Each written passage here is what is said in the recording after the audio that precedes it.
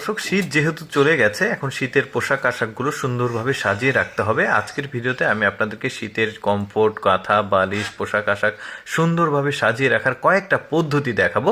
পুরোপুরি দেখতে থাকুন ভিডিওটা। যেমন এটা হচ্ছে একটা জ্যাকেটটাকে সুন্দরভাবে মাঝখানে ভাঁজ দিয়ে হাতাটাকেও একটা ভাঁজ দিয়েছে। এখন হাতার অংশটুকু এই যে পেছনের অংশের ভেতরে দিয়ে দিল, দেখুন চমৎকার লাগছে। তারপরে এই সোয়েটারটা কিভাবে সুন্দরভাবে গোছাচ্ছে দেখুন।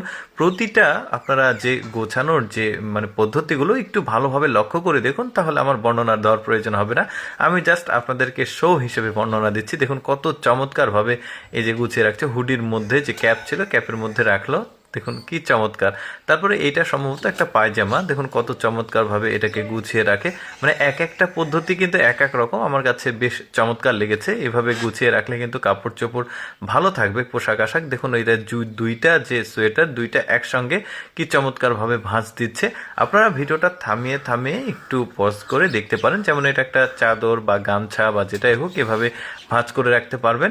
আমি যে শুধুমাত্র শীতের পোশাক আশাক ভাঁজ করা দেখাচ্ছি, গুছিয়ে রাখা দেখাচ্ছি তা না, সব কিছুই দেখাবো, সব ধরনের কাপড় চোপড়। দেখুন এই ভাঁজটাও বেশ চমৎকার ছিল, কিন্তু মেয়েটা কিন্তু এই কাপড় চোপড় গুছিয়ে রাখতে স্পেশালিস্ট বলা যায়। যেমন এটা একটা শার্ট, এই শার্টটাকে বেশ চমৎকারভাবে দেখুন ভাঁজ দিয়ে কত সুন্দরভাবে কিন্তু গুছিয়ে রাখলো। আমরা সাধারণত এইভাবে গুছিয়ে রাখি না, আমাদের মন যেটা বলে সেভাবে আসলে গুছিয়ে রাখি, বাট এই পদ্ধতিতে গুছিয়ে রাখলে জিনিসগুলো ভালো থাকে, ভাঁজগুলো ভালো থাকে। যেমন এটা একটা প্যান্ট, জিন্স প্যান্টগুলো কিভাবে ভাঁজ দিচ্ছে দেখুন চমৎকারভাবে। তারপরে ওই অংশের মধ্যে এটা দিয়ে দিল, দেখুন কত চমৎকারভাবে এটা থেকে গেল। এখন যেখানে আপনি রাখবেন সেখানে থাকবে। দেখুন এটা আরেকটা পদ্ধতি, কয়েকটা পদ্ধতি দেখাচ্ছে জিন্স প্যান্ট ভাঁজের ভাঁজ করে রাখার।